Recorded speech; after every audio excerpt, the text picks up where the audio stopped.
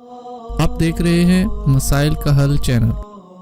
للہ وحدہ والصلاة والسلام علی من لا نبی بعد اما بعد قال اللہ تبارک و تعالی فی القرآن المجید اعوذ باللہ من الشیطان الرجیم یا ایہا الذین آمنوا اطیعوا اللہ واطیعوا الرسول ولا تبطلوا اعمالکم۔ حمد و ثنا رب کائنات کے لیے بے شمار صلاۃ و سلام سید الانبیاء سید الاولیاء محمد رسول اللہ صلی اللہ علیہ وسلم کی ذات میں حمد و صلات کے بعد اللہ کا فرمان ایمانداروں سے اللہ پاک نے یہ بات کی ہے، اے ایمان والوں اللہ کی اطاعت کرو اور رسول اللہ صلی اللہ علیہ وسلم کی اطاعت کرو اور اپنے اعمال کو ضائع نہ کرو۔ اطاعت کا معنی ہوتا ہے کسی کی بات کو خوشی سے قبول کرنا۔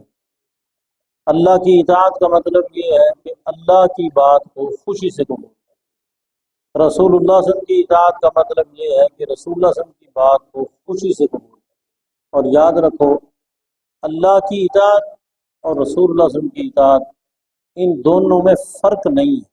یہ نہیں ہے کہ اللہ کی اطاعت اور ہو اور رسول اللہ صلی اللہ علیہ وسلم کی اطاعت اور ہو، بلکہ قرآن مجید کے اندر ہے من یطع الرسول فقد اطاع اللہ، جس نے رسول اللہ صلی اللہ علیہ وسلم کی اطاعت کی اس نے اللہ کی اطاعت کی۔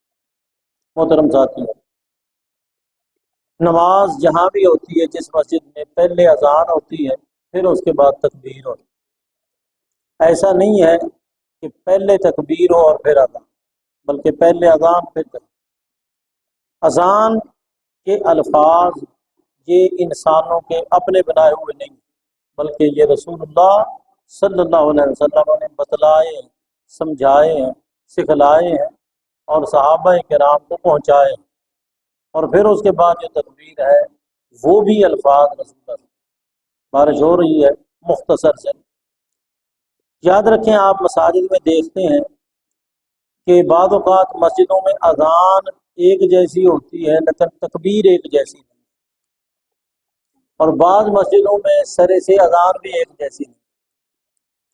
سب ہیں مسلمان لیکن اذان ایک جیسی نہیں، یا بعض مسجدوں میں اذان ایک جیسی ہے لیکن تکبیر ایک جیسی ہے۔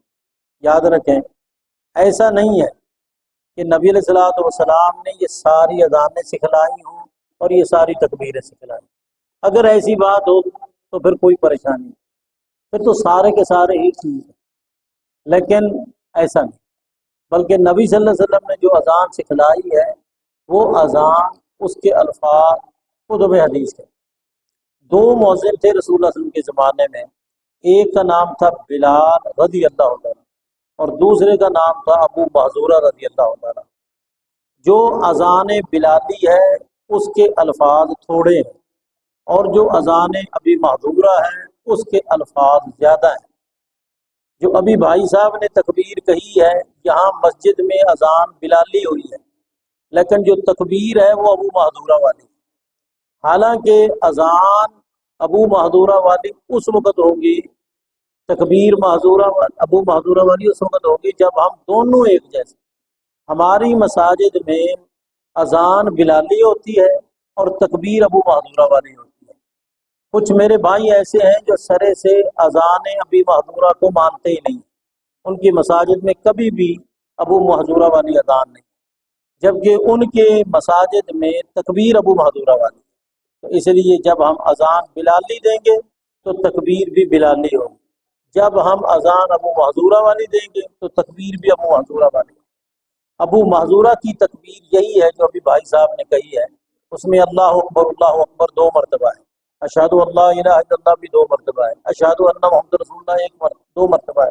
جبکہ ابو محذورہ والی اذان وہ اس کے اندر الفاظ زیادہ ہیں، اللہ اکبر اللہ اکبر اللہ اکبر اللہ اکبر، اشہد اللہ الہ الا اللہ، یہ 2 مرتبہ آہستہ اور 2 مرتبہ اونچا، 2 مرتبہ اشہد ان محمد رسول اللہ آہستہ اور 2 مرتبہ اونچا۔ تو اس کے الفاظ زیادہ، تکبیر کے الفاظ زیادہ۔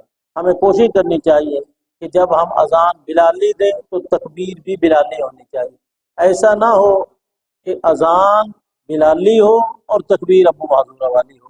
یہ طریقہ رسول اللہ صلی اللہ علیہ وسلم نے بتلایا۔